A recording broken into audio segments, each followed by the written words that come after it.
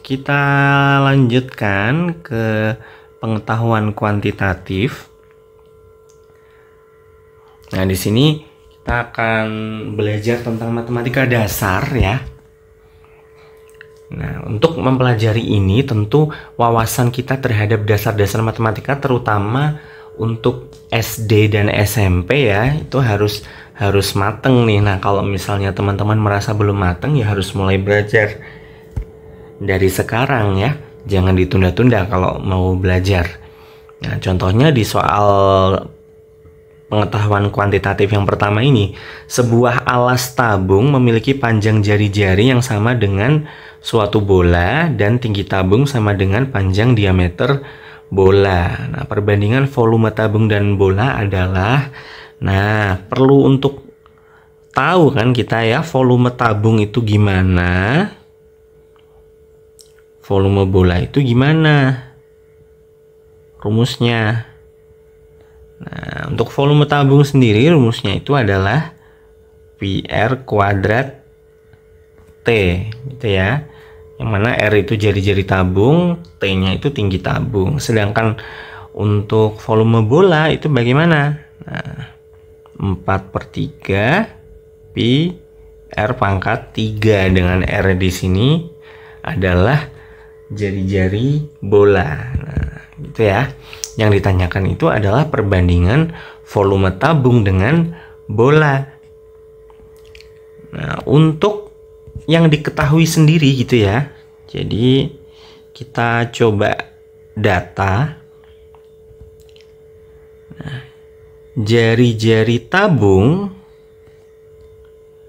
ternyata sama dengan jari-jari bola. Sedangkan untuk tinggi tabung itu sama dengan diameter bola. Nah, diameter itu sendiri itu ya, diameter bola.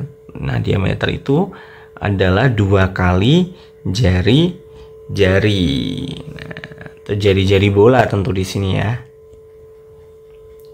Nah, maka untuk perbandingan volume tabung dan juga volume bola itu bagaimana? Nah, di sini kalau saya biasanya menulis perbandingan itu menggunakan pecahan ya. Jadi volume tabung dibanding volume bola. Nah, kita masukkan saja rumusnya ini. Pi R kuadrat T, yang mana R-nya ini R-nya tabung, T-nya juga T-nya tabung gitu ya. Dibanding dengan 4/3 kali pi kali R pangkat 3. Nah, R-nya di sini adalah R bola. Nah, teman-teman, kemudian setelah ini bagaimana? Nah, kita bisa ini ya, bagi pi dengan pi habis ini ya. Nah, kemudian teman-teman perhatikan di situ ada jari-jari tabung dan juga jari-jari bola, yang mana jari-jari tabung dan jari-jari bola itu sama. Nah, misalnya kalau di sini saya sama dengankan R gitu aja. Nah, maka tinggi tabungnya itu juga sama dengan 2R. Nah, sehingga bisa kita ubah ini. R kuadrat T per 4/3 gitu ya. Nah, T-nya ini mungkin bisa langsung saya ganti aja dengan 2R gitu ya. Nah, kali R pangkat 3. Nah, di sini teman-teman perhatikan R kuadrat dikali R itu kan R pangkat 3 tuh. Sehingga bisa kita bagi dengan R pangkat 3 yang di penyebutnya. Gitu ya. Dari sini, nah ini nih yang sering kelupaan nih, 2 dibagi 4/3. Nah, pembagian oleh pecahan itu sama dengan dikalikan kebalikannya gitu ya. Nah, setelah itu bagaimana ini cara mengalikannya? Nah, ini juga dasar ya, jadi harus teman-teman harus sudah tahu ini. Nah, antara 2 dengan 4 ini kan bisa kita sama-sama bagi 2 gitu. Yang ini tinggal 1, yang ini tinggal 2. Nah, dari sini kita peroleh hasilnya itu 3/2, atau kita anggap gitu ya, perbandingannya berarti 3/2. Nah, terlihat rumit mungkin untuk di awal-awal kalau kita misalnya tahu ya kok seperti ini simbolnya. Nah, sebenarnya kita hanya menggunakan rumus-rumus dasar saja. Nah, yang penting kita pahami apa yang diketahui. Misalnya jari-jarinya sama, oh berarti kita jadikan satu simbol yang sama aja ya, ini R gitu. Tidak usah RT atau RB. Jadi supaya kita mendefinisikannya lebih mudah. Seperti tinggi tabungnya juga itu, oh ternyata 2R gitu ya. Oke, nah untuk yang selanjutnya, nah di sini ada barisan bilangan dengan pola tertentu gitu ya. Ada 2, 4, 12, 16, 30, 36, 56, X, Y. Kemudian yang ditentukan itu adalah Y dikurangi X. Nah, teman-teman bisa perhatikan nih, ini bisa saya zoom aja ini ya. Nah, untuk pola kita harus selalu ingat ya bahwa dalam soal-soal seperti ini pola itu tidak selalu berkaitan antara satu bilangan yang berurutan dengan bilangan lain. Jadi nggak selalu seperti ini polanya. Walaupun kalau misalnya teman-teman mau nyoba itu juga bisa. Misalnya ini kan tambah 2 gitu ya, yang ini ditambah 8, yang ini ditambah 4 gitu ya, kemudian tambah 14. Nah itu juga bisa sebenarnya ya kalau mau. Jadi kita juga harus melatih ya, kalau misalnya untuk menemukan pola bilangan itu memang butuh untuk latihan yang sering supaya kita jadi lebih peka terhadap pola-pola tertentu. Dan pola itu nggak selalu ditambah, bisa juga dikali. Nah, dan bisa juga loncat. Loncatnya itu nggak selalu 2 juga, bisa jadi 3 segini atau langsung ke 4 gitu juga bisa ya teman-teman ya. Nah, jadi teman-teman bisa cek gitu ya, apakah ini berhubungan dengan pola loncat atau bagaimana, apakah penjumlahan atau perkalian seperti itu. Nah, kalau untuk saya sendiri ya menemukan pola ini itu untuk polanya loncat gitu ya. Nah, yang mana 2 itu sendiri kan itu 1 kali 2. Kemudian 12 itu 3 kali 4. 30 itu 5 kali 6. 56 itu 7 kali 8. Nah, kemudian kita sampai ke Y nih. Y-nya itu berarti kan ini urut tuh 1, 2, 3, 4, 5, 6, 7, 8. Berarti ini 9 kali 10 gitu ya. Nah, jadi Y-nya itu 90. Nah, kita lanjut nih sekarang ke pola yang bilangan di sela-selanya sekarang ya, dari suku kedua ini. Nah, di sini ada 4, 16, 36. Nah, yang saya lihat di sini 4 itu adalah 2 kuadrat. 16 itu adalah 4 kuadrat. 36 itu adalah 6 kuadrat. Yang mana teman-teman bisa cek itu kan selalu bertambah 2 ya, dari 2 ke 4, 4 ke 6, tapi kita kuadratkan.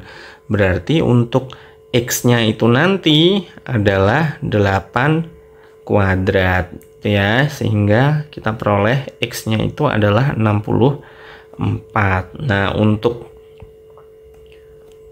hasil pengurangannya Y dikurangi X itu berarti 90 dikurangi 64, hasilnya itu adalah 26 gitu ya teman-teman ya.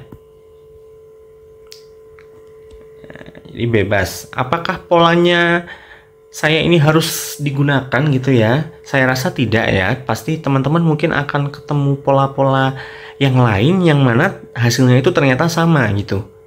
Nah, jadi teman-teman silakan untuk terus berlatih gitu ya tentang pola bilangan seperti ini. Oke, lanjut ke 19, nomor 19 atau nomor selanjutnya ya. Nilai dari 14.500 kuadrat dikurangi 10.500 kuadrat, kemudian hasilnya itu diakar. Nah, di sini teman-teman kalau mau menghitung manual itu boleh ya, tapi ya pasti akan memakan waktu yang lebih lama. Nah, di sini yang mau saya tunjukkan ke teman-teman itu adalah ini rumus aljabar ya. Nah, bahwa selisih kuadrat dua bilangan gitu ya, itu sama seperti perkalian penjumlahan dikali pengurangan. Nah, dan ini selalu berlaku mau bilangannya berapapun ya. A dan B-nya ini bilangan real. Nah, di sini teman-teman perhatikan bahwa di situ ada 14.500 kuadrat, maka kita bisa anggap 14.500 ini adalah A. 10.500 ini adalah B. Nah, maka hasilnya ini nanti akan bagaimana? Berarti akar 14.500 ditambah 10.500 dikali 14.500 dikurangi 10.500. Nah, kita jangan lupakan akarnya ya, tapi teman-teman ya, karena memang dari soalnya sudah ada akarnya. Nah, akar. Nah, 14.500 ditambah 10.500 itu kan 25.000 tuh. 14.500 dikurangi 10.500 itu adalah 4.000. Nah, di sini teman-teman perhatikan bahwa 25.000 itu kan 25 dikali 1.000 ya. Sedangkan 4.000 itu kan 4 dikali 1.000. Nah, sedangkan kita akan akar gitu ya. Kita akan akar bilangan tersebut. Maka 1.000-nya itu tentu bisa dong keluar dari akar dong gitu ya. Nah, sedangkan 25 dikali 4 itu kan 100 tuh. Nah, akar 100 itu adalah 10. Maka hasilnya adalah 10.000.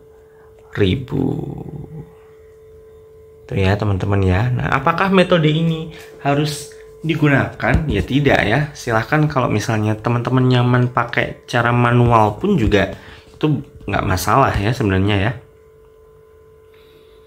Oke, nah selanjutnya mungkin kita akan bahas sampai soal ini aja ya, soal yang terakhir, yaitu yang ini adalah figural atau pola bergambar. Nah, jadi di sini ada opsi A, B, C, D, E. Nah, kita akan diminta mana sih gambar yang paling sesuai untuk melanjutkan tanda tanya itu. Nah, teman-teman perhatikan ya, jadi bahwa ternyata perseginya ini dia selalu berputar berlawanan jarum jam gitu ya. Nah, jadi dia berputar sebanyak berapa itu ya? 45 derajat ya. Atau setengah siku-siku lah, setengah siku-siku. Nah, jadi maka untuk gambar yang selanjutnya itu harusnya bentuknya, karena dari sini ya, maka harusnya di sini, sebelah sini. Nah, kayak gini harusnya. Kemudian kita lihat bahwa